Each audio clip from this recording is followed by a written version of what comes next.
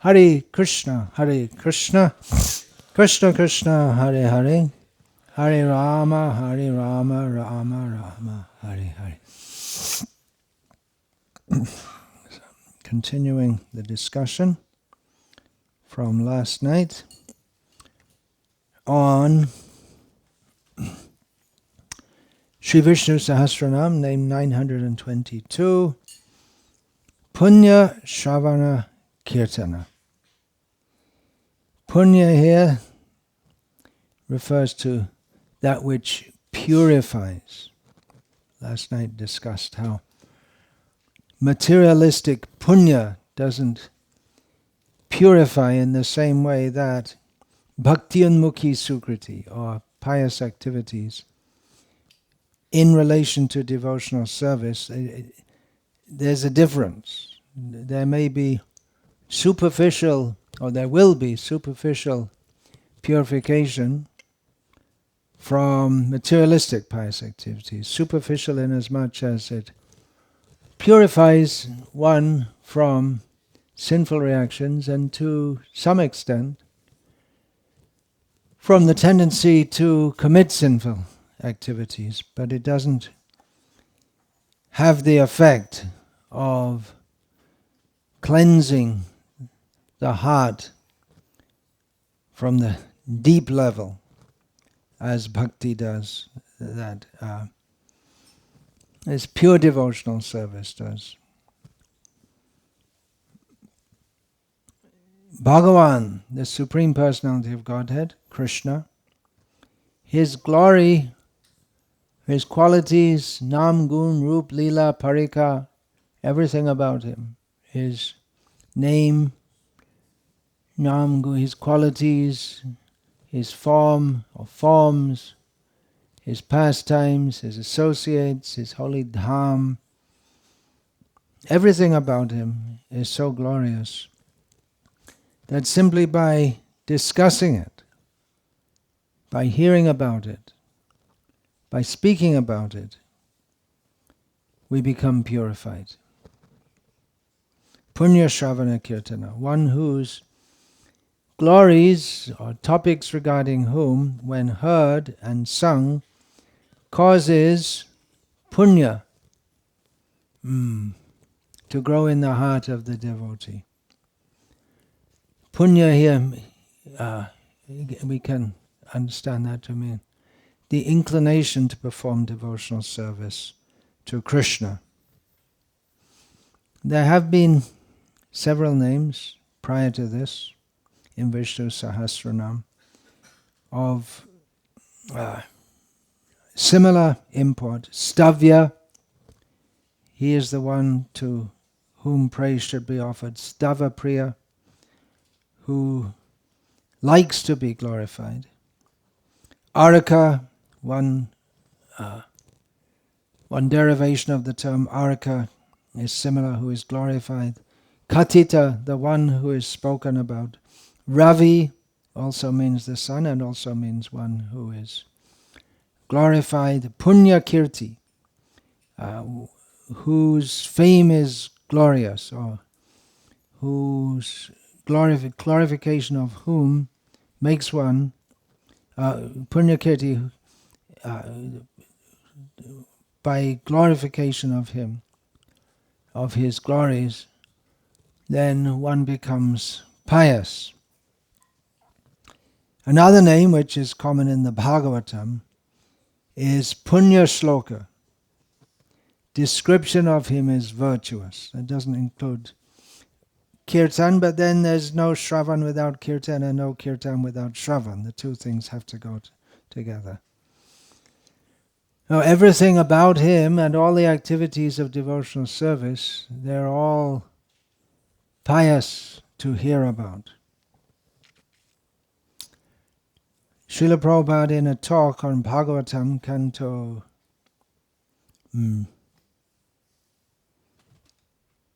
Canto 6, Chapter 1, Text 44, given on June the 10th, 1976 in Los Angeles, he quoted from Bhagavatam another verse. Then he continued, this Bhagavatam verse, this Punya-Shravana-kirtana verse. Then he continued by explaining it. Krishna is within everyone. If we simply hear the words and the instruction of Krishna, Shrinvatang Swakata Krishna. So this Srimad Bhagavatam and Bhagavad Gita, full of Krishna's pastimes, Krishna's instructions. So if we hear this, especially these two books, Bhagavad Gita and Srimad Bhagavatam, Shrinvatang Swakata Krishna, then you become pious. Shrinvatang Swakata Krishna Punya-Shravana-kirtana. There is no need of a separate attempt. If we simply hear every morning or as many times as possible, then we become purified. Punya-Shravana-kirtana. One who is speaking, he is also becoming pious, and one who is hearing, he is also becoming pious. Punya-Shravana-kirtana. So there's more of the answer for you. Jivana. Right? If we simply hear every morning or as many times as possible, then we become purified. It's a gradual process. Hearing and chanting about Krishna in the association of devotees is pleasing and purifying, as Janananda Maharaj quoted one verse in this regard. Yes. Yesterday morning in his talk. This well-known verse, Satang prasangan mama virya sangvido bhavanti hrit karna rasayana katha tajjoshavad. What's the next word? Ashpava varga vargmani shraddha ratir bhaktir anukramishati. Who spoke that verse? Don't say. Lord Kapila Dev, yeah. To his mother, Mother Devahuti. Hearing about, Lord Kapila Dev says, hearing about my glories, my activities, in the hearing in the association of devotees about my glories and activities is pleasing to the heart and the mind. Elsewhere in Bhagavatam, we have later in the Bhagavatam, the Parikshit Maharaj says that discussion of Krishna is bhavoshadhi, is the medicine for material life. Hearing about Krishna. And here in this verse, which I just quoted, rasayana katha. So in Ayurveda, there are certain different kinds of medicines. One is general description, oshad, which means medicine for curing a disease. And then there's rasayana, which you can take if you're not diseased, but it gives you more nourishment. Tonic, that's the word, tonic. So both terms are given in relation to discussing about Krishna. It's a medicine for those who are diseased, and for those who are not diseased, it's a tonic. It gives you a boost. And yesterday, when discussing this verse, we discussed about Shukdev, who was already parinishthita, pinargunye. He was already situated in transcendence, but by hearing about Krishna, he became excited to study the Bhagavata. The question arose, he was already situated in transcendence, so why did he undergo the endeavor of studying such a huge work, the Srimad Bhagavatam? We've gotten already situated in transcendence, you made it, he's through, right? The Durkheim said about Prabhupada in German. Huh? All right. He's through, yeah.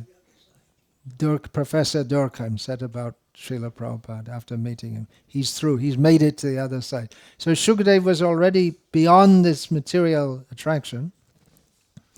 But still, so there's nothing more to do, right? You made it. Done it. Finished.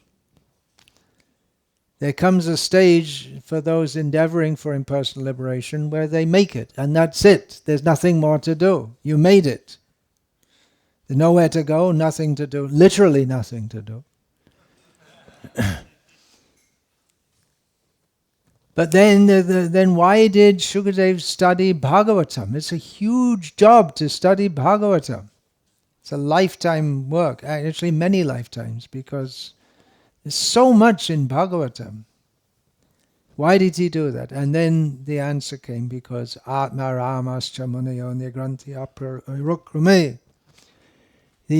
Somewhere in relation to Urukram, Korvantya Haitukim Bhaktim Itam Bhutam Gunohare. Because Urukram, that's just an example of his glorious activities and qualities, which make it such that even persons who are liberated are attracted to his qualities.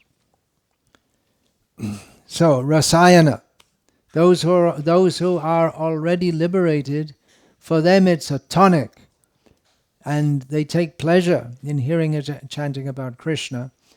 It's very pleasing, bhavanti hrit karna rasayana katha. It's very pleasing to the heart and to the ear. Now there's something in Bhagavatam scholarship. What's the difference? What's the difference? What is implied there? Or is it simply poetic? There's so many things. If we open up the Bhagavata, if we open up our minds, there's so much depth. No doubt some of the acharyas commenting, there are so many commentaries on Bhagavatam. Someone has explicated this. Tajoshvanadashva pavargavatmani. It helps one to progress on the path of liberation, apavarga. And that apavarga, to explain what is apavarga. Who knows? Pavarga, what does that mean? Those who know Indian languages know pavarga, which is pa, ma. There are different vargas, chavarga, pavarga, tavarga, all that. So pavarga. Anyway, to explain that, apavarga means you've gone beyond that. You've gone beyond fear, exertion, endeavor, material endeavor,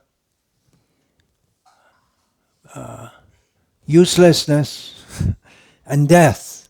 These are the 5 items indicated by pavarga. So you make progress on the path of liberation, and by hearing in the association of devotees, one's faith, one's attachment and devotion to Krishna develop one after the other. Hearing in the association of non-devotees will not have the effect. That's another big topic. Maybe the most learned scholar or speaker of Bhagavatam, when Srila Prabhupada was personally present in the world, was a big Mayavadi. He was Mayavadi, but he was a great scholar of Bhagavatam. And Srila Prabhupada, there's a photo of him sitting next to Srila Prabhupada at the opening of the Krishna Balaram temple. Srila Prabhupada invited him to attend that. He would give talks, but he would interpret it in an impersonal way. And there are so many terms in Bhagavatam which could be taken like that. That's another whole big discussion. But so in the association of devotees, the effect is that one will have faith in devotional service. Of course, Mayavadis also promote faith in devotional service, but their understanding of devotional service is that the faith we develop has as its core non-faith. If you go to see a Mayavadi, a real Mayavadi, it means in the Shankara Sampradaya, they say, yeah, it's very good, you're chanting Hare Krishna, very good, spreading bhakti all over, very good. They won't object, but their idea is it's good because they become pious by doing bhakti, and as a result, at some point in time, they may come to realize, they may come to the path of Gyan, and realize that I am you and you are me and we are all together sitting on a cornflake and all this kind of thing. Those who remember from way back. John Lennon also got infected by this madness. And the idea of that all is one. But in the meantime, you do bhakti. Very good. So they can interpret like this. You can study Bhagavatam. The gopis became one with Krishna by their bhakti. In one sense, it's true, but not in the sense that they say. So one has to associate. To understand all these words, who is a devotee? We have to understand very clearly, because it's a common in India, you may say, so many people went to the temple, Badrinath, so many devotees went. They use the same term that we use in English. Their idea is that, and they are devotees, but they're not devotees in the sense that they're in the pure devotional sampradaya. So we have to hear among devotees, just like this verse we have in Gita, Madchita Madgata Prana Bodhayanta Parasparam Katayantascha Mang Nityang Tushanti Charamanticha. Madgata Prana, their life air has gone to me. Their consciousness is absorbed in me. Now, they discuss among themselves, that's Shravan-kirtan, about myself, always. And in this way they are satisfied and pleased. Now, we understand this, as we have understood it, as we've heard from Srila Prabhupada. Impersonalists will understand it in a different way. Either they will say that, well, this is okay, but this is a lower level. We have to go beyond bhakti. There's nothing beyond bhakti, but they say there is. Or they may interpret madchita, madgata prana. Mad, me, Krishna says, and Krishna, in their estimation,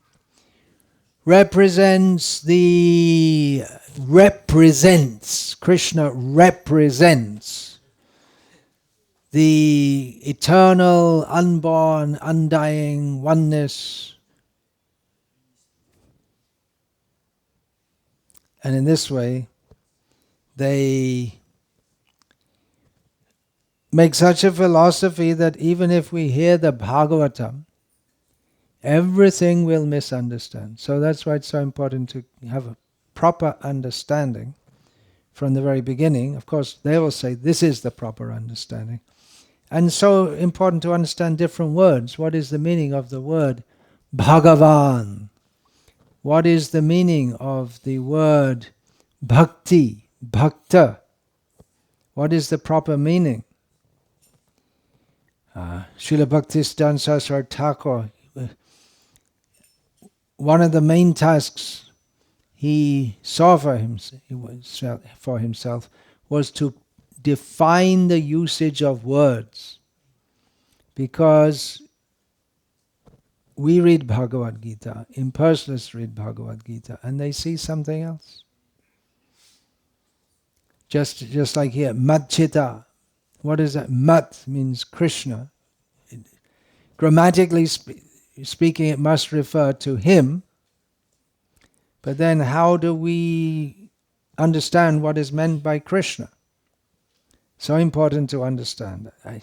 For some time I was stationed in Thailand, a hardcore Buddhist country, Theravada Buddhism, if you happen to know the difference between Theravada and Mahayana. Theravada is the original, they say, Buddhism.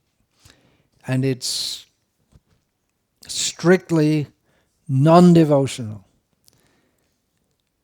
They have a philosophy, and in their philosophy it's made in Sanskrit, first in Sanskrit and then later in Pali. They use all the Sanskrit words that we want to use, but they have their own interpretation. So if you want to preach those people and use the words that we need to use to preach, They've already taken all the words and interpret them in such a way, just like, all right, let's have an easier example. If we say we go out on the street and we speak to someone about God, le Dieu, is that, how do you pronounce it? Not bad. You're giving me a nod there, not bad for an Englishman. So if we say, and people will talk to us, yes, yes, God, God, some people in France, there might be, talking about God, and we can have a conversation for half an hour, and he understands one thing, he or she understands one thing, and we understand something else, and we agree with each other. But we agree with each other, but there's no actual communication, because their understanding of the word God is very different to what we understand by God. Srila Prabhupada established the International Society for Krishna consciousness. He was asked by the lawyer who was commissioned to help with the legal wording and the registration of the document to make it God consciousness. That would be more understandable, more inclusive. And Prabhupada said, no. We say God and they'll bring so many different ideas. We want to be specific. Krishna. Krishna means God and God means Krishna. But Krishna is specific. God is a term, one of the most misused terms in any language, except Thai language. I was just talking about Thai. You know why? There's no word for God. They don't have any concept. They don't have any concept. That's hardcore atheism. This Madchita Madgata Prana verse, there's a very similar verse in the 11th canto of Bhagavatam. We'll find in the 11th canto of Bhagavatam so many verses and teachings which are similar to those of Bhagavad Gita. Parasparanu katanam pavanam bhagavad yashaha mito ratir mitas tushtir nivritir mita atmanaha. One should learn how to associate with the devotees of the Lord by gathering with them to chant the glories of the Lord. This process is most purifying. As devotees thus develop their loving friendship, they feel mutual happiness and satisfaction. And by thus encouraging one another, they are able to give up material sense gratification, which is the cause of all suffering. From the purport to this verse, one should learn how to associate with the devotees of the Lord by gathering with them to chant the glories of the Lord. Remember, we're discussing Punya-Shravana-kirtana. This process is most purifying. Gathering to chant the glories of the Lord, this process is most purifying. As devotees thus develop their loving friendship, they feel mutual happiness and satisfaction, and by thus encouraging one another, they are able to give up material sense gratification, which is the cause of all suffering. So devotees engage in hearing and chanting, which is pious activity, purifying activity. Just as devotees take pleasure in glorifying Krishna, Krishna takes pleasure in the act of them glorifying him. So bhakti is bliss, both for the worshipper and the worshipped. Parashara Bhatta is the first Sri Vaishnava commentator in this Kali Yuga, in this world, this earth, on Vishnu Sahasranama. And the series of names in which this Punya-Shravana-kirtana name comes up, he's explaining in terms of Gajendra Moksha, the liberation of Gajendra. And he explains this name Punya-Shravana-kirtana to mean he, that person, by hearing about how he liberated Gajendra from the clutches of the crocodile and from material existence. By hearing about this or by narrating it, we become purified. So, although this is a general term in relation to all the names, forms, qualities, pastimes, and so on of Vishnu, of Krishna, Parashabhata is specifically linking it to this episode of the liberation of Gajendra. In this regard, Parashabhata quotes from Vishnu Dharma in this series of names, which he's explaining in terms of Gajendra Moksha. He quotes every time from the Shastra called Vishnu Dharma. Shrutena hi kuru shrestha smritena katitena va Gajendra mokshainayava sadhya papat vimuchyate. O best of the Kurus, a person is immediately rid of his sins if he hears, thinks, or talks about the episode of Vishnu's rescuing Gajendra. Similarly, in the Srimad Bhagavatam, summarizing or bringing to a conclusion the episode, the description of the liberation of Gajendra, it is said in the Bhagavatam. I'll just give the English translation because it would be extra time to speak all the Sanskrit. O best of the Kuru dynasty, the Supreme Personality of Godhead, the Supersoul of everyone, being thus pleased, addressed Gajendra in the presence of everyone there. He spoke the following blessings. Remember, this is in relation to Punya-Shravana-kirtana.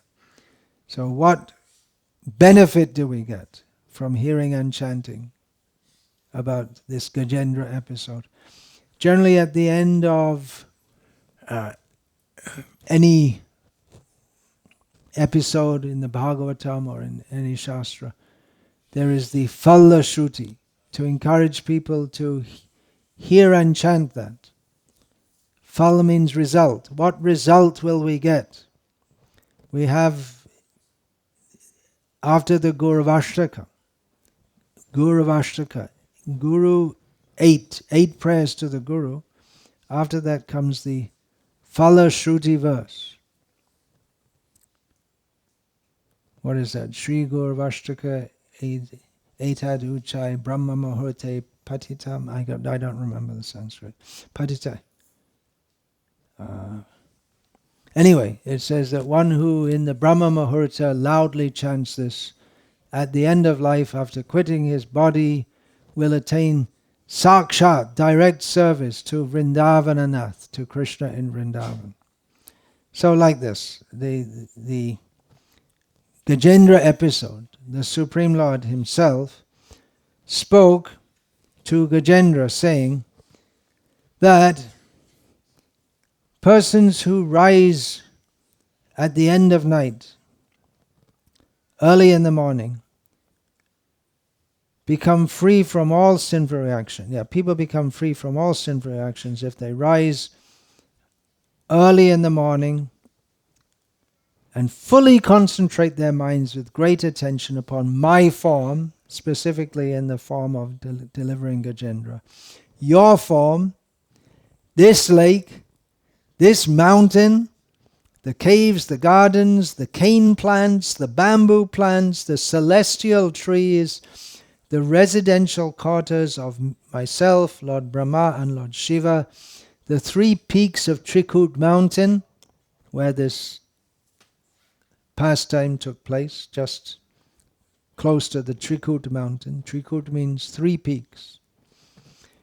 The Trikut mountain made of gold, silver and iron, my very pleasing abode, namely the ocean of milk. Shvetadweep, the white island, which is always brilliant with spiritual rays, my mark of Srivatsa, the Kaustuba gem, my Vaijayanti garland, my club, Komodaki, my Sudarshan disc, and Panchajanya conch shell, my bearer Garuda, the king of the birds, my bed Sheshanag, my expansion of energy, the goddess of fortune, Lord Brahma, Narad Muni, Lord Shiva, Prahlad, my incarnations like Matsya, Kurma and Varaha, my unlimited all-auspicious activities which yield piety to him who hears them, the sun, the moon, fire, the mantra, Omkar, the absolute truth, the total material energy, the cows and brahmanas, devotional service, the wives of Soma and Kashyap, who are all daughters of King Daksha, the rivers Ganga, Saraswati, Nanda and Yamuna, the elephant Airavata, Dhruva Maharaj, the 7 rishis, and the pious human beings. Now remember all of them at the time of rising, and we'll be freed from all sinful reactions. And he went on to say, Lord Vishnu went on to say, to Gajendra, my dear devotee, unto those who rise from bed at the end of night and offer me the prayers offered by you, I give an eternal residence in the spiritual world at the end of their lives. Another Sri Vaishnava commentator, Sri Mushnam Andavan, points out that Bhagavan Vishnu is Punya-Shravana-kirtana. Another reason why he's called Punya-Shravana-kirtana is that because he has the kirtan, the fame which is worthy of being heard, Shravana. And that by hearing the glories of he who should be glorified, that will remove all our sins. And in this regard, he quotes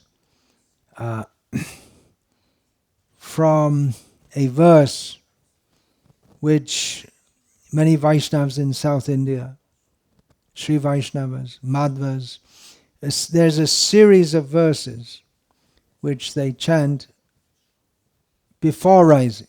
I mean, they wake up before you get up first thing.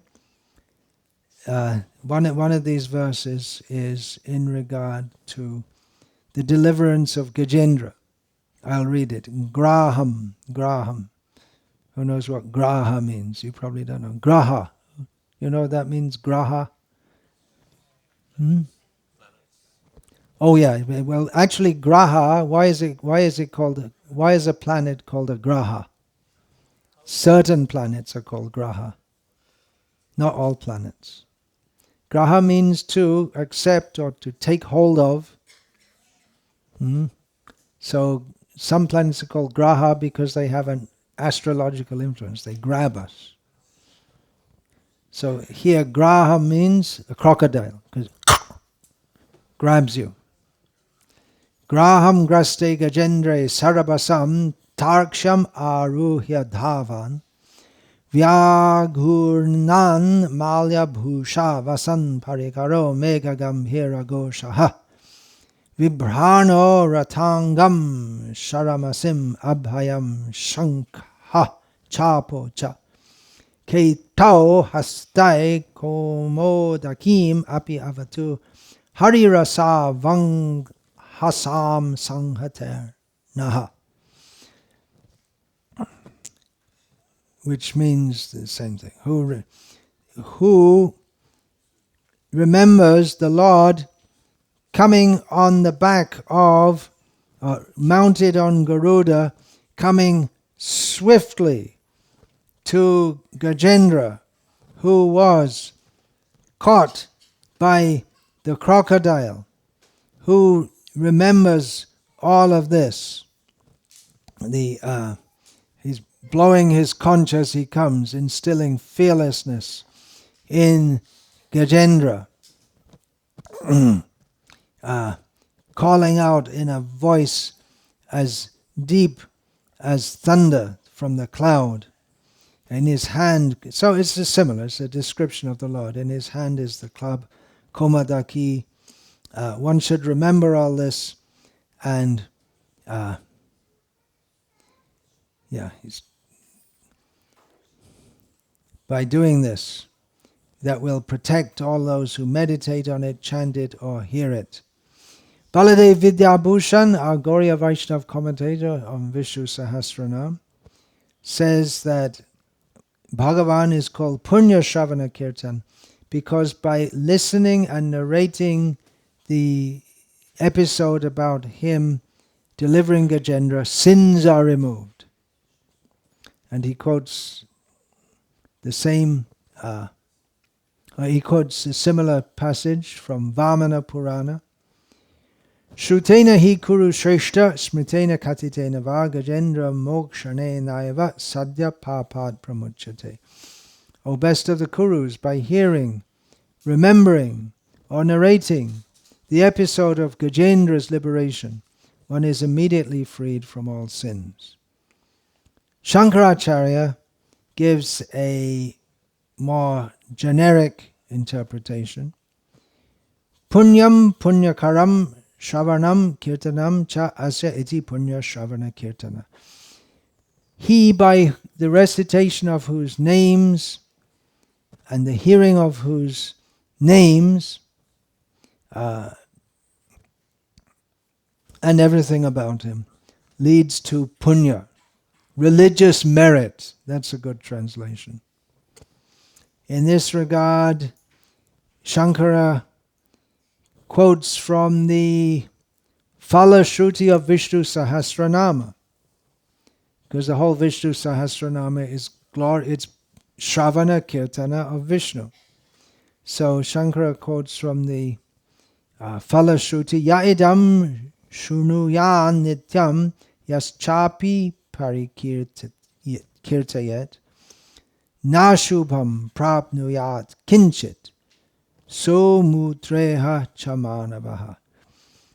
Anyone who daily recites the Vishnu Sahasranam or hears it being recited, nothing inauspicious can overcome such a person, neither in this world or the world beyond, not in this life or in future lives. And it's probably mainly for that reason that many people, it used to be that all Brahmanas would recite it daily. Still in South India, some do. Many. All Brahmanas used to do. That's why Chaitanya Mahaprabhu, when he came to the house of Srivas Thakur, he asked him one time, you recite Vishnu Sahasranam. It's just expected that all Brahmanas know it because they recite it daily. The speaker and both the speaker and the hearer are purified. It means that even if one is fully pure, he becomes even more, because bhakti is unlimited. Even Shukadev was purified by speaking. So many new realizations came when Shukadev spoke. That's why Vyasadeva was listening. Vyasadeva wasn't listening in the term in the mode of a teacher conducting an examination. He could have been sitting listening to see, did he get it right? But he was listening almost in the mode of a disciple, as was Narada. Because he understood, they all understood that Shukadev, Shukamakad Amrita Dravya Sangyatam, it's become more sweet, more delicious. We gave him something and then he's increased it more and more. So they wanted to hear, and that happens when we discuss and consider the topics Shravan, Manan, what's the name? Shravan, Manan, Nididhyasana. We should hear, contemplate, and then that chitete kriya aikya, that becomes as if one with our heart. And then more realizations can come because Krishna is unlimited. The Bhagavatam, as we have it, given to us by Srila Prabhupada, with all the verses, but then after Bhagavatam was compiled by Vyasadeva, We have the same Bhagavatam coming down, but then we have all the commentaries, and the commentaries bring out more and more points. And it's unlimited, because Krishna is unlimited. Srila Prabhupada, in a lecture on Bhagavatam on December the 23rd, 1974, said, Punya-Yashaha, if you glorify Krishna, then we become pious. Therefore there are so many prayers to be offered to Krishna. That is Bhakti. From the Bhagavatam, Canto 10, Chapter 90, Canto 10, Chapter 90, Text 27, Urugaya Urugita, countless songs glorify him in countless ways. Srila Prabhupada once said that even if you wanted to read all the devotional literature, and you started now, you couldn't finish in your life. And that's only which is presently extant. There's so much which has been lost also. And it's going on up to the present day. So many devotees are writing so many things about Krishna consciousness. There are many verses in the Bhagavatam itself that encourage us to go on hearing and chanting about Krishna and tell us that the great effects of doing so. Hearing, chanting, remembering. Some verses stress hearing. We should hear about Krishna. Satang prasangan mama viryasa. Some encourage chanting. Hare namanu kirtanam, chanting the names. But there's no chanting without hearing. If we chant, someone's going to hear. We hope Krishna will be kind enough to hear us. He also hears about himself. We ourselves can hear. Others may hear. So there's no kirtan without shravan, and of course there can be no shravan without kirtan. Someone has to say something about Krishna, chant the holy names, and then we can hear. So both go on simultaneously. And also in Shravan Kirtan that implies there must be satsang, because who is going to speak about Krishna? Of course impersonalists may also do so. Or materialistic devotees may also do so. I discussed that last night. But particularly we should find out devotional association to hear topics of Krishna. So there are many verses which recommend hearing and chanting about Krishna right within the Bhagavatam itself. And I'll read some of them. Tasmad ekena manasa bhagavan satvatang patihi shrotavya kirtitavyascha dheya pujas cha nityada. Therefore one should constantly hear about, glorify, meditate on and worship the Supreme Lord, the protector of the devotees, with single-minded concentration. Very similar, there's verses from the first canto, and in the second canto there's a very similar verse. Tasmad bharata saravatma bhagavan ishvaro harihi shrotavya kirtitavyascha smartavyas che chata bhayam. O scion of the Bharata dynasty, one who desires fearlessness should hear about, glorify, and also remember the Supreme Lord Hari, the soul of all beings and Supreme Controller, for he alone steals away all one's miseries. Then again in the second canto. Tasmat sarvatmana rajan hari sarvatra sarvada shrotavya kirtitavyascha smartavyo bhagavan nunam. Therefore, O King, whatever one may be, the Supreme Lord Hari should always be spoken about, glorified, and remembered with full concentration.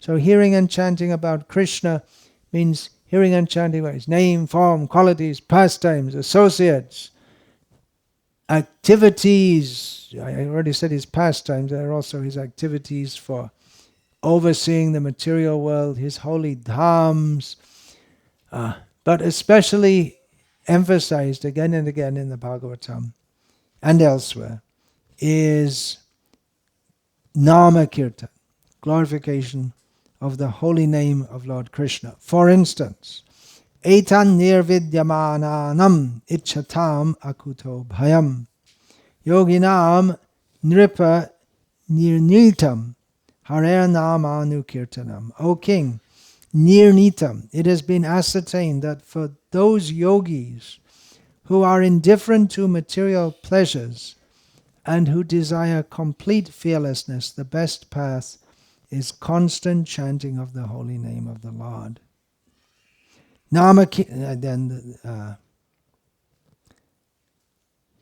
Then the very last verse of the Bhagavatam, Nama Sankirtanam Yasya Sarva Papa Pranashanam Pranamo Dukkha Shamanas Tam Namami Harim Param.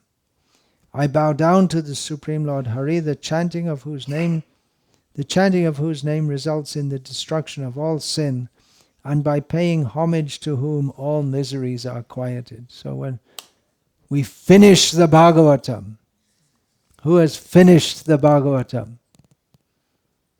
Anyone finished the Bhagavatam? Has anyone read all 12 cantos? Read through? We have a few. I guess I should put my hand. We have a few here. Yeah, should be more. But at the end, what's the conclusion? Chant Hare Krishna. You may say, well, I can do that without reading Bhagavatam, but it's recommended to do both. Then that will enrich our chanting. Otherwise, we may be chanting just like sometimes we see Sai Baba followers enthusiastically chanting the names of Krishna, especially these so-called Satya Sai Baba followers. It's part of their regular sadhana to chant the names of Krishna. But their chanting doesn't have the same effect as those who are in the pure devotional sampradaya, because they have so many misconceptions. One massive misconception as concerns who is the Supreme Lord.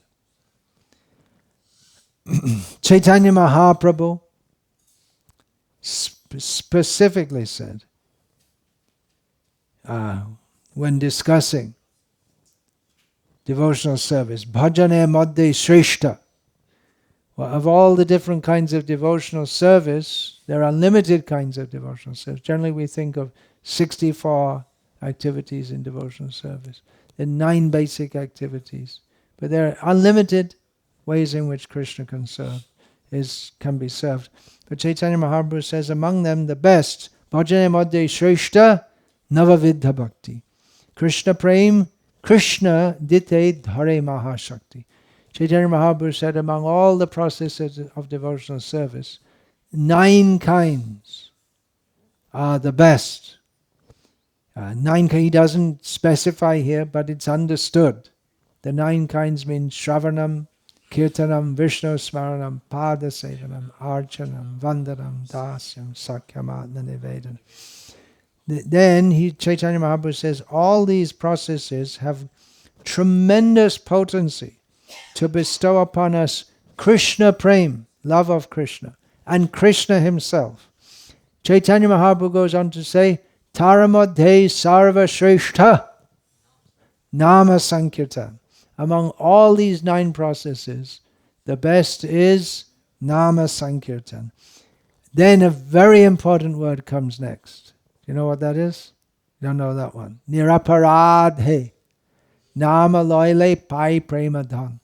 If one chants offenselessly, one can get the great wealth of love of Krishna. And that's why we need to hear also. If we hear what are the 10 offenses, sometimes we say the 10 offenses to be avoided while chanting the holy name, but they're to be avoided while not chanting the holy name also. It's not that you can avoid 10 offenses while chanting and then make them while you're not chanting, because they're mostly philosophical, or they depend upon understanding. To blaspheme, if we don't understand the position of devotees and we're envious of them, that's an offense. And then philosophical, the second offense. To consider demigods like Lord Brahma and Lord Shiva to be equal to or independent of Krishna, we have to hear Bhagavatam, we have to hear the message of Krishna to understand this. So Nama Sankirtan is the best process, but it cannot be complete unless we have heard and absorbed the message properly. Niraparadhe nam loile pai prema dhan. If we chant without offenses, then we can get love of Krishna. Furthermore, from Chaitanya Charitamrita, Eka Krishna nama kare sarva papa koi nava vidha bhakti purna nam hoite hoi. Simply by chanting one name of Krishna, one can be freed from all sins, and all the 9 processes of devotional service are complete and perfect by chanting the holy name. In the 12th chapter of Gita, all the different processes that one may perform for purification. The best is to always be absorbed in thought of Krishna. But because people are not absorbed in thought of Krishna, Krishna spoke Bhagavad Gita. Krishna says, surrender to me. People find it very horrible even to contemplate such a thing. But Sankirtan can be easily performed. Inner purification of the heart by performing yoga, stilling the mind, very difficult. But it's very easy to chant the holy names of Krishna. For most people. Physically it's easy. Mentally it might not be easy because some people are demons and they don't find it, they just can't chant. Sometimes you find people like that. Chant, chant, chant, can't. They'll refuse. But everyone can chant, and purification is there. Even if one chants with offenses, some kind of purification will be there, although one will have to take the result of the offenses, but some purification will be there. More verses from Bhagavatam to establish that devotional service, bhakti, is primarily, and of course that's especially true in Kali Yuga, primarily performed by Sankirtan from the 6th canto. Etavan eva loke smin pungsang dharma parasmitaha bhakti yogo bhagavati tannama grahanadibihi. The supreme religious activity for people in this world is bhakti yoga to the devotional Lord, to the Supreme Lord, which is performed by acts such as, or beginning with, chanting His holy names. In Bhakti Rasamrita Sindhu, Nama Lila Gunadinam Uchar Bhashanam tu Kirtanam. This is the definition of kirtan. Audible glorification. We can chant in the mind also. But audible, uchai, spoken out loud. Glorification of the names of the Lord, His qualities, His activities, and so on. Still in the Bhagavatam and taught by the Chaitanya Mahaprabhu's followers, the chanting of the holy name, Chaitanya Mahaprabhu clearly established Harinam Sankirtan as the best and far above dharma, artha, kama and moksha, which are not to be sought by chanting the holy names or by chanting the Bhagavatam. Yesterday I was discussing about the Bhagavat Saptaha, which gives piety, some kind of mundane piety for those who want mundane results. Gives some feeling for Krishna, no doubt. But really one has to associate with pure devotees, those who are in the pure devotional sampradaya, in order to get the real goal of hearing Bhagavatam, chanting the holy names. More verses about Nama Kirtan from Chaitanya Charitamrita. There are many in the 7th chapter where Chaitanya Mahaprabhu tells the Mayavadis of Varanasi about the glories of chanting the holy name. Here's one from the 7th chapter of Adi Leela of Chaitanya Charitamrita. Nam bina kali kale nahi ara dharma, sarva mantra saranam e shastra marma. In the age of Kali, there is no religious activity other than chanting of the holy names. The holy name is the essence of all mantras. Kale, then Bhagavatam. Kale dosha nidhe rajan asti hi eko mahan gunaha. Kirtanad eva krishnasya mukta sangha parang vrajet. This Kali Yuga is an ocean of faults. A fish swimming in the ocean. If he goes up, down, left, right, forward, backward, there's only water. So in the same way in Kali Yuga, if we go up, down, left, right, back, forward, there's sin, contamination, fault. It's an ocean of faults. But one great thing about Kali Yuga, but simply by chanting the holy names of Krishna, one can be released from all this contamination and one can go to this supreme abode. Therefore, the next verse in Bhagavatam states, after this well-known verse, Krite yadhyayato Vishnum Traitayam yajyato makai Dvapare paricharyayam kalo tadhari kirtana. That which is attained in Satya Yoga by meditation on Vishnu, in Treta Yoga by fire sacrifices, in Dwapara Yoga by deity worship, is attained in Kali Yoga by chanting the names and glories of Lord Hari. And of course, well-known verse from Brihad Naradiya Purana, Hare Nama, Hare Nama, Hare Nama, Aiva Kevala. Kalo nascheva, nascheva, nascheva, gatiri anyata. In the Kali Yuga, the age of quarrel and hypocrisy, no other way, no other way, no other way to attain the supreme abode than chanting the holy name of Hari. Chanting the name of Hari, chanting the name of Hari. Chaitanya Mahaprabhu explained this. Kali Kali Nama Rupe Krishna Abata Nam Hoite Hoi Sarva Jagat Nishta. In the age of Kali, Krishna has descended, his avatar in the form of the holy name. And by this holy name, the whole universe can be delivered. Dharja lagi hare nam ukti tin ba jaro lok bhujaite puna evaka. Keval shabde punarapi nishchoy karan jnana yoga tapa karma adi nibaran. Anyata jaymane ta nahik nishta nahi nahi nahi 18 evaka. So Chaitanya Mahaprabhu explained that in order to emphasize how in Kali Yuga Harinam is the way, the only way, therefore 3 times it is said, because in Kali Yuga people are very dull. So to bang it in, Harinama, Harinama, Harinama. Oh, okay, got it.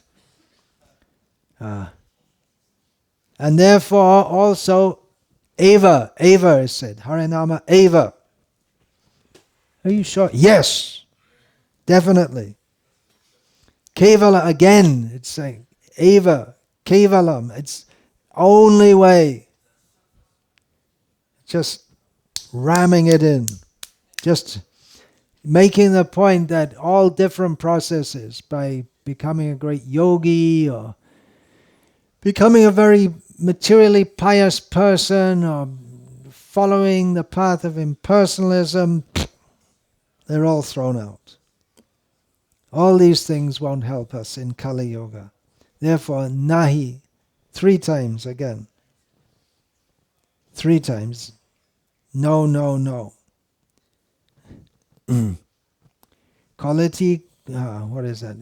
Quality Kebal Upai Govindanam and Kali Yuga. Only the name of Krishna will uplift us. Then again from Kali Santanara Upanishad, How does that verse begin? Well, it's more than one verse. Begins, Hare Rama. Who said that? You're from South India. It's a trick question.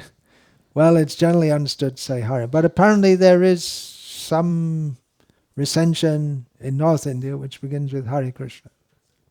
Hare Krishna, Krishna Krishna, Hare Hare. Hare Rama, Rama Rama, Hare Hare. Iti sho rashakam nam nam. Kali kalamarsha. Nashanam. Nataf parataropaya sarva vedeshu drishyate. These 16 names destroy the bad effects of Kali Yuga, because Narada was asking Brahma, what are you going to do in Kali Santana? Everyone's drowning in Kali Yuga. Yeah.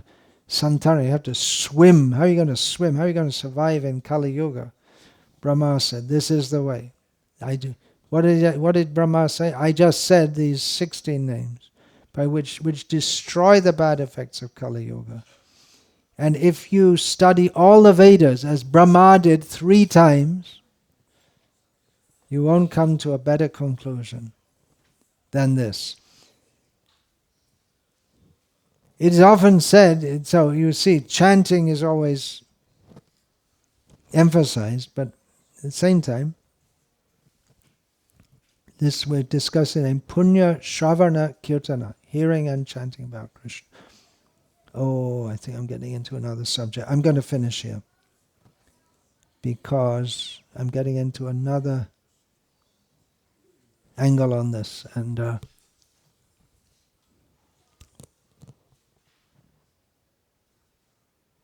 time is over. Anyway, so Hare Krishna, and all glories to Srila Prabhupada. Vancha kalpatarubhyascha kripa sindhya evacha patitanam pavan.